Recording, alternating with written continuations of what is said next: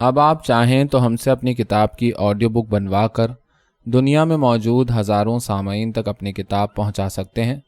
زیادہ جانکاری کے لیے نیچے دیے گئے میل آئی ڈی پر ہم سے رابطہ کریں۔ شکریہ۔ ہاجرہ مسرور کی کہانی صندوقچہ۔ وقت کچھوے کی چال چلتا ہوا معلوم ہو رہا تھا۔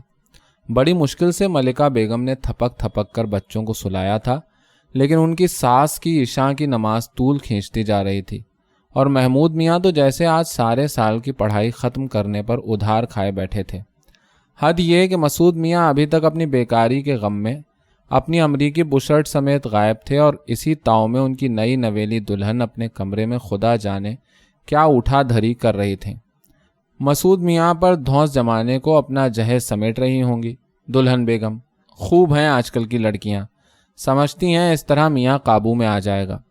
ملکہ بیگم نے اپنی سب سے چھوٹی بچی کے منہ سے دودھ نکالتے ہوئے سوچا، اوہ یہ سارے ہتھ کنڈے بھول جائیں گی بنو، ابھی نئی نئی ہیں، اس لیے مسعود میاں جھک مار کے منا لیتے ہوں گے۔ بیچاری جہیز پر اترا رہی ہیں، ارے ہم اتنا لائے تھے کہ گھر بھر گیا تھا، اس پر بھی کسی نے ٹھینگے پر نہ مارا ہمیں۔ مسعود میاں کی دلہن کے انجام کے بارے میں سوچ کر ملکہ بیگم کو ایک گونا مسرت ہوئی۔ اپنے جلے ہوئے گھر کے ملبے پر بیٹھ کر جلتی ہوئی دنیا کا تماشا دیکھ کر کلیجے میں ٹھنڈک نہیں پڑتی تو ہوک بھی نہیں اٹھتی۔ مگر آج یہ سب سوتے کیوں نہیں؟ ملکہ بیگم نے جمائیوں پر جمائیاں لے کر جھنجھلاہٹ میں سوچا، سبھوں کے کام ہی کسی طرح ختم ہونے میں نہیں آتے۔ توبہ! چوکی کے گھنٹے نے 10 بجائے۔ ملکہ بیگم نے اپنی جلتی اور بند ہوتی ہوئی آنکھیں چیر کر ہر طرف دیکھا۔ محمود میاں کے سرانے بجلی کا لیمپ اسی طرح روشنی بکھیر رہا تھا، اور وہ اپنی اسکول کی کاپی میں عورتوں کی تصویروں والی کتاب رکھے پڑھے چلے جا رہے تھے۔ دلہن بیگم کا کمرہ بھی ابھی تک روشن تھا۔ خدا جانے اتنی شدید گرمی میں کمروں کے اندر بیٹھ کر میاں کا انتظار کرنے میں لوگوں کو کیا مزہ آتا ہے۔ ارے باہر پلنگ پر لیٹ کر انتظار کر لیں تاکہ تھکیں تو ذرا سو لیں۔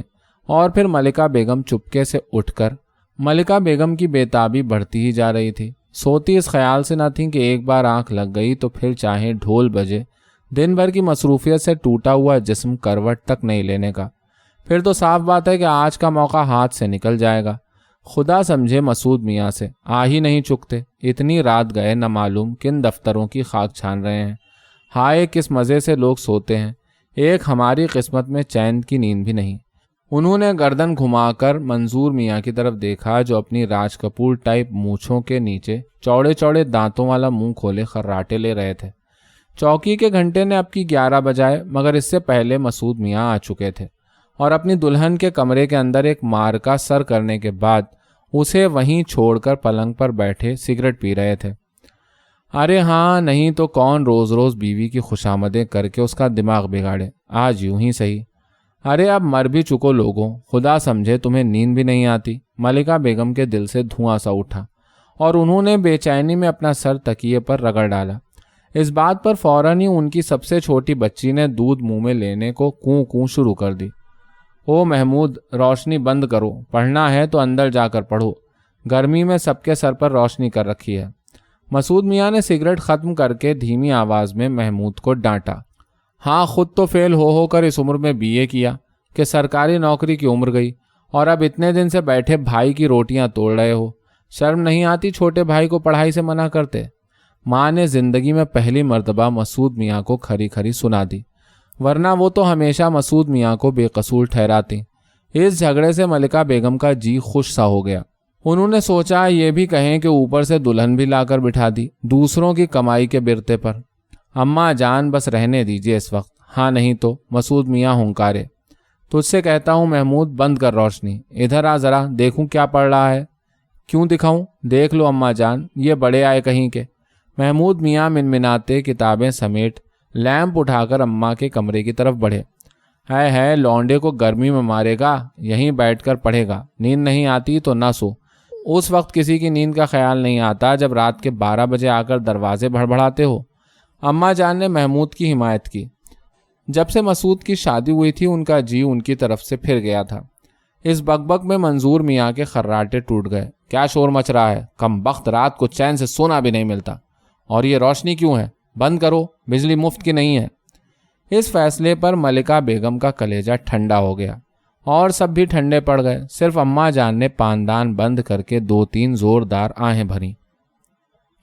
اب ملکہ بیگم کو اپنی آنکھوں پر نیند پتھروں کی طرح رکھی معلوم ہو رہی تھی، لیکن وہ سو کیسے جائیں؟ جلدی جلدی پلکیں جھپکا کر وہ ان پتھروں کو دھکیلنے کی کوشش کرتی رہیں۔ صحن میں اندھیرا ہو گیا، خاموشی ہو گئی، لیکن دلہن بیگم کے کمرے میں ابھی روشنی باقی تھی۔ پھر آہستہ سے ان کے کمرے کی چٹخنی چڑھنے کی آواز آئی اور پھر مکمل اندھیرا چھا گیا۔ اندھیرے آسمان پر ستاروں کی چمک بڑھ گئی۔ کہکشاں نے اپنی راہ موڑ دی۔ 12:30 تو بج گئے ہوں گے۔ ملکہ بیگم نے حساب لگایا، سب سو گئے۔ اماں جان کے پھسپھسے خراٹے سنائی دے رہے ہیں۔ مسعود میاں اور محمود میاں کی سانسوں تک کی آواز آ رہی ہے۔ سب سو گئے، بس اب موقع ہے، اب وقت ہے۔ ملکہ بیگم کا دل زور زور سے دھڑکنے لگا۔ اس موقع پر ہمیشہ ان کا دل یوں ہی دھڑکتا۔ لاکھ جی کو بہلاوے دو، ہزاروں تعویلیں کرو، مگر دنیا جس چیز کو گناہ کہہ دے گناہ بن جاتی ہے، اور پھر گناہ کھل جائے تو۔ ملکہ بیگم کا جسم ہمیشہ کی طرح اس خیال سے آج بھی شل ہو گیا۔ چارپائی پر زور دیے بغیر وہ ہولے ہولے اٹھنے لگیں۔ پھر بھی ایک بار پلنگ کی چول چرچرا گئی اور وہ تیزی سے دوبارہ لیٹ گئیں۔ اللہ میری توبہ! ایک ستارہ ٹوٹ کر نشیب کی طرف لپکا اور ملکہ بیگم کے دل میں بدشگونی نے اپنے پنجے گاڑ دیے۔ بڑے بوڑھے کہتے ہیں کہ ستارے نہیں ٹوٹتے، یہ تو فرشتے شیطان کو آسمان پر آتا دیکھ کر اپنا گرز چلاتے ہیں۔ ملکہ بیگم کی قوت ایک بار جواب دے گئی، یا اللہ معاف کر دے، تو منصف ہے، تو دلوں کا بھید جانتا ہے، تو وہ بے انصافی بھی دیکھتا ہے جو میرے ساتھ روا ہے۔ اللہ چونٹی بھی پاؤں تلے دبائی جائے تو کاٹتی ہے، بس تو میرے گناہ بخشنے والا ہے۔ اور ملکہ بیگم کی نیند بھری آنکھوں میں گرم گرم آنسو چھلک آئے۔ یہ سارے خیالات سنگ ریزوں کی طرح ٹوٹ ٹوٹ کر انہیں اپنے اوپر گرتے ہوئے محسوس ہو رہے تھے۔ ذرا سی دیر کے لیے وہ دبی ہوئی سی پڑی رہیں۔ اس موقع پر انہیں اکثر ایسی کیفیات سے سامنا کرنا پڑتا، اور جب یہ پرعذاب کیفیات ان پر طاری ہوتیں تو وہ سمجھتیں کہ ان کے گناہ کا کفارہ ادا ہو گیا۔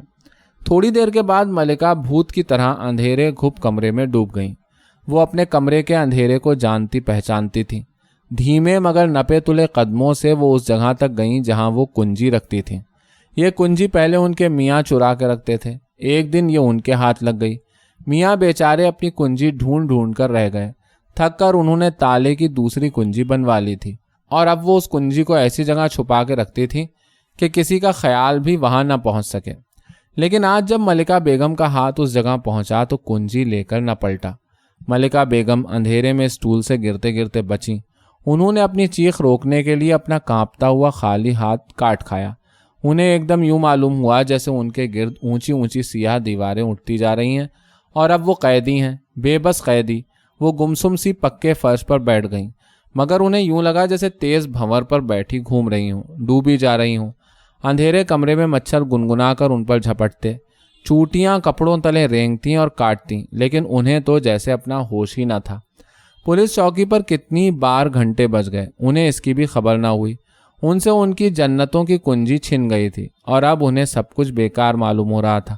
بھلے ہی مچھر خون چوس لیں، چوٹیاں بوٹیاں توڑ کر لے جائیں، پسینے میں ناک تک غرق ہو جاتی۔ کیا رکھا ہے اب اس زندگی میں؟ کیسے ارمانوں سے انہوں نے سخت اور مایوس کن زندگی کی دیواروں کو کھرچ کر ایک سرنگ نکالی تھی، اور اس سرنگ میں ناک ڈال کر وہ اپنے آپ کو کتنا آزاد، کتنا خوش پاتی تھی۔ لیکن آج وہ سرنگ بھی نہ جانے کن ظالم ہاتھوں ڈھہ گئی۔ اتنے بڑے حادثے نے ملکہ بیگم کو سن کر دیا تھا۔ وہ کچھ بھی نہیں سوچ رہی تھی۔ دماغ پتھر کے ٹکڑے کی طرح بے حس تھا، اور دل وہ تو بس عادتاً اندھیرے مینٹل پیس پر رکھی ہوئی گھڑی کی طرح ٹک ٹک کر رہا تھا، یا ہو سکتا ہے صرف گھڑی ہی ٹک ٹک کر رہی ہو۔ ملکہ بیگم اس وقت سوچنے اور فیصلہ کرنے کی حد سے باہر تھیں۔ انہیں یہ تک خیال نہ آیا کہ اگر باہر کسی کی آنکھ کھلی تو انہیں غائب پا کر لوگ کیا سوچیں گے۔ لوہے کی سلاخوں والی کھڑکی سے سفید ہوتے ہوئے آسماں کی روشنی آ کر کمرے کے اندھیرے کو ہلکا کرنے لگی۔ آنگن میں ملکہ بیگم کی سب سے چھوٹی بچی نے دودھ ٹٹولنے میں ناکام ہو کر ایک لمحے کو کچھ چیں چاں کی اور پھر ٹھنڈی ہواؤں میں غٹ ہو گئی۔ رات بھر کی گہری نیند کے بعد منظور میاں کا جسم جاگا، اور انہوں نے ساتھ کی چارپائی ٹٹولی اور پھر ایک دم آنکھیں کھول دیں۔ ارے جان، انہوں نے ملکہ بیگم کو کمرے میں چپ چاپ زمین پر بیٹھے دیکھ کر کہا، اور ملکہ بیگم کو احساس ہوا کہ ان کے کولہوں کا گوشت بیٹھے بیٹھے سن ہو چکا ہے اور صبح ہو رہی ہے، مگر وہ چپ رہیں۔ یہاں میرا انتظار ہو رہا ہے، جگا لیا ہوتا مجھے۔ گرمیوں میں عجیب مصیبت ہوتی ہے کہ تم سے بات تک کرنے کا موقع نہیں ملتا۔ اور پھر انہوں نے کمرے کے کونے میں تھوک کر ملکہ بیگم کو چوتھی کی دلہن کی طرح اٹھا کر شیشوں والی مال غنیمت کی مسحری پر ڈال دیا۔ ملکہ بیگم ایک اذیت ناک ضبط سے چھٹکارا پا کر آن کی آن میں ہچکیوں اور سسکیوں کے طوفان میں بہہ گئیں۔ اب میاں بیچارے پہلے تو مجرم بنے کھڑے رہے، پھر ایک دم بیٹھ گئے۔ آخر کچھ بولو بھی، تمہیں ہو کیا گیا؟ مگر ملکہ بیگم کچھ نہ بولیں، بس روئے چلی گئیں۔ رات کی امڑی ہوئی گھٹا ٹوٹ ٹوٹ کر برسے گئی۔ گھر میں سب جاگ اٹھے۔ ملکہ بیگم کے کمرے سے رونے کی آواز بڑی صاف آ رہی تھی، مگر جب میاں بیوی دونوں ایک جگہ ہوں تو اور کون وہاں قدم رکھے؟ میاں بیوی کی کوئی بات ہوگی۔ ملکہ بیگم کو فعل مچانے کی عادت نہ تھی۔ مسعود کی دلہن کے رنگ ڈھنگ وہ بھی سیکھ رہی ہیں۔ کہتے ہیں خربوزے کو دیکھ کر خربوزہ رنگ پکڑتا ہے۔ وضو کے لیے لوٹا سنبھالتے ہوئے ماں نے اپنے سب سے چھوٹے بیٹے محمود میاں سے کہا، جو بستر پر بیٹھے سر کھجا کر نیند کا خمار اتار رہے تھے، یہ عورتیں واللہ فعل کرنے میں اول۔ مسعود میاں نے اپنی دلہن کے بند کمرے کی طرف دیکھ کر سوچا، اور پھر نل سے کھڑے ہی کھڑے منہ دھونے لگے۔ وقت بہت اذیت سے گزر رہا تھا۔ ملکہ بیگم کا کمرہ پراسرار بنتا جا رہا تھا۔ منظور میاں منہ پھلائے ہوئے نکلے، منہ دھویا اور پھر کمرے میں چلے گئے۔ ان سے کسی کو کوئی سوال کرنے کی جرت نہ ہوئی۔ ارے اماں جان، اسکول کا وقت ہو گیا، ناشتہ دیجیے۔ محمود میاں سب سے پہلے باورچی خانے میں گھسے۔ ارے منحوس ٹھہر تو، پہلے بڑا بھائی تو 2 لقمے منہ میں ڈال لے۔ سویرے سویرے جی جھلس رہا ہے میرا لال، اس کے دکان جانے کا وقت ہو رہا ہے۔ اللہ میری توبہ، آگ لگے ایسی زندگی کو۔ اماں نے دانت کٹکٹا کر کہا۔ توے سے اڑی ہوئی گھی کی چھینٹ نے انہیں اور بھی چراغ پا کر دیا۔ انگوٹھا جل کر رہ گیا تھا۔ مگر محمود میاں نے ناشتے کا بےتابی سے انتظار کرتے ہوئے دیکھا کہ بڑے بھائی حسب معمول سیاہ صندوقچہ ہاتھ میں لیے باہر نکل گئے۔ ابھی 8 بھی نہ بجے تھے اور پھر بغیر ناشتہ کیے۔ ارے منظور، اے ناشتہ تو کر لو، تمہاری دکان پر کون نصیب و جلا صبح صبح اپنا کفن خریدنے آ رہا ہے جو اتنی جلدی نہار منہ چل دیے؟ اماں جان چلائیں، مگر منظور میاں نہ پلٹے۔ وہ کافی تاؤ میں تھے، بگڑنے کی بات تو تھی ہی۔ گھنٹے بھر سے بیوی سے یوں چہکوں پہکوں رونے کی وجہ پوچھ رہے تھے، مگر وہاں کوئی جواب نہ تھا۔ ملکہ بیگم کے رونے سے سکنے کی آواز برابر آ رہی تھی۔ مسعود میاں کی دلہن بھی اپنی خفگی بھول کر کمرے سے باہر نکلیں اور سیدھی ملکہ بیگم کے کمرے کی طرف چلیں۔ ان کے پیچھے اماں جان بھی پراٹھا ڈلیا میں پٹک کر بھاگی۔ ارے جب سے سن کر کلیجہ منہ کو آ رہا ہے۔ منظور کے ہوتے ہوئے کمرے میں آتے شرم آتی تھی، اب تک کلیجے پر سل رکھے بیٹھی تھی۔ بتاؤ تو ملکہ بیگم، آخر ہوا کیا؟ اماں جان نے جلدی جلدی پوچھا۔ پھر مسعود میاں بھی اندر آ گئے، ان کے پیچھے محمود میاں اور پھر ملکہ بیگم کے 3 بچے۔ باہر صحن میں ان کی سب سے چھوٹی بچی حلق پھاڑ کر رونے لگی، مگر ملکہ بیگم سب کی موجودگی میں بھی اسی طرح گھٹنوں پر اپنا پھولا سوجا منہ رکھے روتی رہیں، بالکل اسی طرح جیسے اس وقت روتی تھیں جب ان کا پہلا بچہ مرا تھا۔ کیا بات ہے بھابھی؟ منظور بھائی نے کچھ کہا؟ مسعود میاں نے سینہ سپر ہو کر پوچھا۔ وہی آنسو، کہیں درد ورد تو نہیں بھابھی؟ مسعود کی دلہن نے مسحری پر بیٹھ کر لپٹتے ہوئے سوال کیا۔ وہی سسکیاں، اللہ سمجھے جس نے میری بچی کا دل دکھایا ہو۔ ارے یہ بہو نہیں، میری بیٹی کی طرح ہے، اسی سے میرا کلیجہ ٹھنڈا ہے۔ کیا ہوا میری بیٹی، مجھے بتا دے، اماں جان نے گلے لگا کر روندھی ہوئی آواز میں پوچھنا چاہا، مگر وہی آنسو، وہی سسکیاں۔ بچے بھی تنگ آ کر رونے لگے۔ بہو اور پوتوں پوتیوں کو اس طرح روتے دیکھ کر بیچاری بڑھیا بھی پھوٹ پڑیں۔ کیا ہو گیا، کسی کی سنتی ہی نہیں؟ بچے بیچارے بھوکے پیاسے رو رہے ہیں۔ انہوں نے سفید دوپٹے سے آنسو پوچھے اور ناک سرخ کیے اپنے پوتے پوتیوں کو سمیٹ کر باہر نکل گئیں۔ مسعود کی دلہن دوڑ کر بے بسی کے عالم میں سب سے چھوٹی بچی کو ہمدردی کا آخری حربہ سمجھ کر اٹھا لائیں، لیکن وہ 2 بالشت کی جان اتنا تڑپی، اتنا بلکی کہ بیچاری دلہن نے گھبرا کر اسے ملکہ بیگم کی گود میں ٹھونس دیا۔ ننھی نے دودھ کی خوشبو سونگھی تو کوں کوں کر کے جمپر پر ہاتھ اور منہ مارنا شروع کر دیے۔ اچانک ملکہ بیگم کی آواز تھم گئی اور انہوں نے دوپٹے تلے بچی کو چھپا کر دودھ اس کے منہ میں دے دیا۔ مسعود کی دلہن نے ملکہ بیگم کے آنسو اپنے دوپٹے سے پونچھ دیے اور پھر ملکہ بیگم کی آنکھوں میں کوئی آنسو نہ آیا۔ ناشتہ مسعود میاں خود لائے، مگر ملکہ بیگم نے ادھر آنکھ بھی نہ اٹھائی۔ دوپہر بھی فاقہ کیا، شام بھی ایک کھیل اڑ کر منہ میں نہ گئی۔ وہ تمام دن مسحری پر گمسم بیٹھی سوکھی سوکھی سسکیاں لیتی رہیں۔ رات کو نیند بھی بڑی بھیانک آئی۔ معلوم ہوتا ہے جیسے خواب میں پلنگ سے گر پڑی ہیں۔ سینے میں دل ڈاکو کی طرح دھم سے کودتا اور آنکھ کھل جاتی۔ کبھی لگتا اپنے کانپور والے گھر میں چھوٹی سی ہیں، ابا پیسہ دو گنڈیریاں لیں گے۔ وہ ابا سے ٹھنک ٹھنک کر کہہ رہی ہیں اور ابا پیسہ نہیں دیتے کیونکہ لڑکی ذات کی چٹورے پن کی عادت پڑنے کا خدشہ ہے۔ پھر گھر میں ویسے اوپر کے چھٹے مٹھے آتے ہی رہتے، پھر انہیں کسی طرح ایک پیسہ مل جاتا ہے۔ اپنے پچھواڑے کے کھنڈر نما ٹیلے سے اتر کر وہ گلی میں بیٹھنے والے گنڈیری والے کی طرف بھاگتی ہیں اور پھر پھسل جاتی ہیں۔ نیچے ہی نیچے ایک غار میں وہ چارپائی پر خوف سے اچھل پڑتی ہیں اور پھر ان پر غنودگی طاری ہونے لگتی، اور پھر خواب جانے کہاں کہاں کے تک بے تک سلسلے ملتے جاتے۔ وہ دیکھتی ہیں کہ ان کی دور کی رشتے کی پھوپھی بارات لے کر آئی ہیں۔ 2 دن دروازے پر روشن چوکی بیٹھی شہنائیوں کی آواز سے سارا محلہ گونج اٹھا۔ پھر وہ خواب ہی خواب میں نہ جانے کتنی صدیوں تک گھونگھٹ تلے ماتھے پر جڑاؤ جھومر لٹکائے چاندی کی گھنگریوں والے چھلے 10 انگلیوں میں پہنے بیٹھی پھوپھی اماں، جنہیں اب وہ اماں جان کہتی، کے اصرار پر پلاؤ زردے کے تر نوالے اڑاتی رہیں۔ پھر آندھی سی چلی، دسترخوان اڑ گیا، دھائیں دھائیں بادلوں کی طرح گولیاں چلیں اور اس کے سسر کی سفید داڑھی خون میں لال ہو گئی۔ رو رو کر وہ دیوانی ہو گئی۔ پھر نہ جانے خواب میں وہ کہاں نکل گئی، کوئی اجنبی سا دیس، کوئی گھٹا گھٹا سا گھر۔ دسترخوان بچھا، لیکن روکھی سوکھی پر بھوکوں کے اتنے پنجے بڑھے کہ ملکہ بیگم کا منہ خالی رہ گیا، ایک دم خالی۔ بھوک سے ان کے پیٹ میں درد ہو گیا، اور پھر عجیب بات ہے کہ بچوں پر بچے ان کا بھوکا پیٹ پھاڑ پھاڑ کر باہر آنے لگے۔ ایک قطار کھڑی ہو گئی، پیٹ میں درد بڑھتا گیا اور چیخیں مارنے لگیں۔ ملکہ ملکہ جاگو، کیا خواب دیکھ رہی ہو؟ منظور میاں نے نیند سے اٹھ کر ملکہ کو جھنجھوڑ ڈالا۔ کیا ہوا، خواب میں ڈر گئیں؟ اماں جان نے ان کے سر پر ہاتھ پھیرا۔ کچھ نہیں، ملکہ بیگم نے چکراتا ہوا سر پکڑ کر جواب دیا۔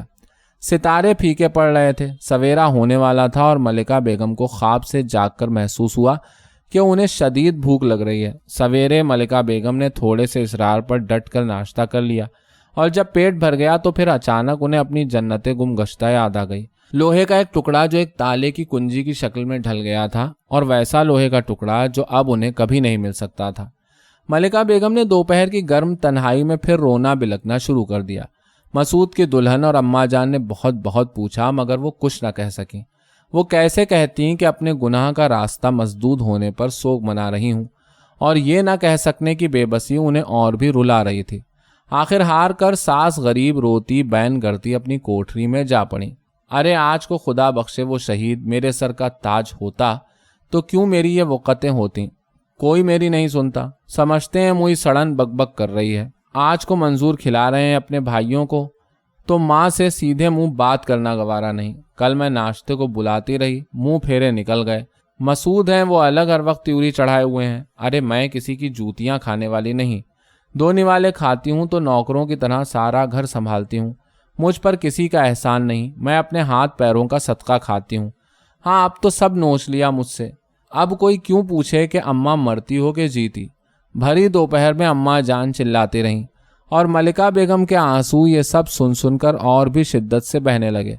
آخر وہ 2 دن کے سوگ کے بعد پہلی دفعہ ہچکیاں لیتی محمود کی دلہن سے کہنے لگیں، خدا گواہ ہے دلہن، میں نے اپنا چھلا انہیں دے دیا کہ دکان پر لگا دیں۔ اس پر بھی انہوں نے میری بات نہ پوچھی۔ روٹی کے علاوہ بھی بچوں کو کچھ چاہیے، انہیں ذرا خیال نہ آیا۔ میں نے صبر کیا، کیا اماں کبھی انہیں نہیں سمجھا سکتی تھی؟ میں نے تو اتنا کر کے بھی کبھی احسان نہیں جتایا، مگر اماں نے اپنے سونے کے کڑے کیا دیے کہ بیٹھی گنا رہی ہیں۔ میرا کیا ہوا کوئی نہیں گنتا، کوئی نہیں پوچھتا۔ اب ایسے میں مجھ سے کوئی گناہ ثواب ہو جائے تو سب۔ ملکہ بیگم کو یکلخت اپنی بے بسی کا احساس ہوا اور انہوں نے اپنے گھٹنوں پر سر ٹکا لیا۔ بھابھی یہ حال دیکھ دیکھ کر میں تو اپنے جی میں چور بنی رہتی ہوں۔ تمہارے دیور بھی نوکری کی پوری کوشش نہیں کرتے۔ مجھے شادی سے پہلے معلوم ہوتا کہ ایسی جگہ قسمت پھوٹ رہی ہے تو کچھ کھا کر سو رہتی۔ مسعود کی نئی دلہن کی آنکھوں میں پانی آ گیا، اور اس دن آنکھوں کا یہ پانی آنکھوں ہی آنکھوں میں پھیلتا گیا۔ اسکول سے آ کر محمود میاں نے کھانا مانگا تو ماں نے تنتنے میں جواب دیا کہ ایسی بے عزتی کے کھانے سے بہتر ہے ڈوب مر۔ محمود میاں بھوکے تھے، بھوک میں رونا ذرا جلدی آتا ہے، سو وہ اچھے خاصے بڑے ہونے کے باوجود بھوں بھوں رونے لگے۔ مسعود میاں جو ابھی اپنی دلہن کے ساتھ کھانے بیٹھے ہی تھے، اماں جان کی باتوں کے اصل رخ کو سمجھ گئے۔ نوالا پٹک کر اٹھے اور اپنے کمرے میں جا پڑے۔ اب ڈھنگ کی نوکری نہیں ملتی تو کیا کریں؟ آدھی زندگی تو اسی امید میں بسر ہو گئی کہ BA کر لیں تو پھر گھر کے سارے دلدر دور کر دیں گے، سب کے احسانات یوں چٹکی بجاتے میں اتار دیں گے، پر نوکری اپنی جیب میں تو رکھی نہیں کہ نکالی اور کر لی۔ مسعود میاں مارے کھسیاہٹ کے اپنی اکلوتی بشرٹ کی استری کا خیال کیے بغیر آنکھوں کے آنسو چھپانے کو پلنگ پر اوندھ گئے۔ اس دن سارا گھر اوندھ گیا، بچے گلی میں دھول اڑاتے رہے، بڑوں میں کسی نے کچھ نہ کھایا، صرف منظور میاں کی دکان کا نوکر کھانا لینے آیا تو کھانا بھیج دیا گیا۔ شام کو بھی اماں جان نے چولہا نہ جلایا، صبح ہی کا کھانا جوں کا توں پڑا ہوا تھا۔ ملکہ بیگم اپنے کمرے میں پڑی پڑی اپنے آپ کو اس اداسی اور کشیدگی کا ذمہ دار سمجھنے لگیں، لیکن رات کو جب منظور میاں بغل میں سیاہ صندوقچہ دبائے گھر لوٹے اور چولہا اوندھا دیکھا تو صورتحال سمجھ کر چیخنے لگے، سب کے دکھوں کا ٹھیکیدار میں ہی ہوں، میری بوٹیاں نوچ لو، میں یہاں سے منہ کالا کر جاؤں تو سب کے دماغ درست ہو جائیں گے۔ دونوں وقت روٹی مل جاتی ہے نا، اس لیے سارے لڑائی جھگڑے سوچتے ہیں۔ ابھی دن بھر 4 گز کپڑا بیچنے کے لیے دکان پر سارا دن بیٹھنا پڑے تو۔ منظور میاں کو مارے غصے کے اچھو لگ گیا اور وہ نیم بے ہوش ہو کر پلنگ پر گر پڑے، اور دوسرے ہی لمحے سب ہوش میں آ گئے۔ کوئی دوڑ کر پانی لایا، کسی نے پنکھا جھلا، اور جب انہوں نے آنکھیں کھولیں تو سب نے خدا کا شکر ادا کیا۔ اس رات سبوں نے اکٹھا بیٹھ کر کھانا کھایا، اور کھانے کے بعد بڑی دیر تک بڑے اچھے موڈ میں گپ شپ ہوتی رہی۔ ملکہ بیگم کے دل پر گہرا صدمہ تھا، مگر پھر بھی انسان غم بھول ہی جاتا ہے۔ ان کا پہلا بچہ مرا تھا تو کیا ساتھ وہ مر گئی تھیں؟ مسعود میاں کے کئی لطیفوں پر وہ بھی آواز سے ہنس پڑیں۔ ایک زمانے کے بعد یہ خوشگوار رات آئی تھی۔ باتوں سے تھک کر سب سے پہلے منظور میاں کے خراٹے بلند ہونے لگے اور پھر روشنی گل کر دی گئی۔ آہستہ آہستہ سب سو گئے۔ ملکہ بیگم نے حسب معمول سب کے سو جانے کا انتظار کیا، اور جب سب کے سو جانے کا یقین ہو گیا تو چند لمبی لمبی سانسیں لے کر آنکھیں موند لیں۔ جب راتیں اپنی پراسرار سرگوشیوں میں جاگتے رہنے کی تلقین کرتی تھیں تو انہیں نیند کتنی پیاری معلوم ہوتی تھی، مگر آج جب رات قبر کی طرح سونی اور خاموش تھی تو نیند ان کی آنکھوں سے دور تھی۔ کتنی اجاڑ مردہ سی رات ہے، ملکہ بیگم نے بڑے دکھ سے محسوس کیا، اور جانے کب تک یوں ہی بے حس و حرکت اس احساس تلے دبی پڑی رہیں۔ دور کہیں کوئی کتا بڑی منحوس آواز میں روئے چلا جا رہا تھا، اور جب بہت رات گئے کتا ان کے دروازے پر آ کر منحوس آواز میں رویا تو منظور میاں کی آنکھ کھل گئی۔ اچانک انہیں اپنے کمرے سے کچھ مدھم آوازیں سنائی دیں، جیسے کوئی رو رہا ہو اور کہہ رہا ہو، میرا حصہ دو، اس میں سے میرا حصہ۔ منظور میاں کے غنودہ ذہن پر چڑیلوں بھوتوں کا تصور ابھرا، لیکن جب انہوں نے اپنی بیوی کی چارپائی کی طرف دیکھا تو اچانک اٹھ کھڑے ہوئے۔ کمرے میں کوئی چیز کسی چیز سے ٹکرا کر زور سے گری۔ سارے گھر والے جاگ پڑے اور منظور میاں کے کمرے میں روشنی دیکھ کر خوفزدہ ادھر ہی بھاگے، اور پھر سب سناٹے میں آ گئے۔ ملکہ بیگم جو ننگے سر ننگے پاؤں کھڑی تھیں، ان کی روتی ہوئی آنکھیں خوف سے پھٹ گئی تھیں، اور اماں جان کی بند مٹھی تھر تھرا رہی تھی۔ ملکہ اماں، یہاں آپ دونوں کیا کر رہی ہیں؟ منظور نے حیرت سے پوچھا۔ ملکہ بیگم ساکت کھڑی زمین پر گرے ہوئے صندوقچے کو گور رہی تھی، اور اماں جان کی تھر تھراتی ہوئی مٹھی بے جان ہو کر کھل رہی تھی۔ مٹھی بڑے آسیبی انداز سے کھل گئی۔ منظور میاں کے سیاہ صندوقچے پر کوئی چیز تھن سے بجی۔ سب نے دیکھا یہ ایک چونی تھی اور لوہے کی ایک کنجی۔ ارے خدا کی شان ہے، اپنوں پر ہی ڈاکے پڑ گئے ہیں، جبھی تو میں کہوں کہ 4-6 آنے روز روز حساب میں کم کیوں ہوتے ہیں۔ منظور میاں نے انتہائی دکھ میں اپنے سر کے بال دونوں ہاتھوں سے نوچ لیے۔ دوسرے دن صندوقچہ گھر نہیں آیا۔ دکان کا چھوٹا سا تہخانہ کیا گھر سے کم محفوظ تھا؟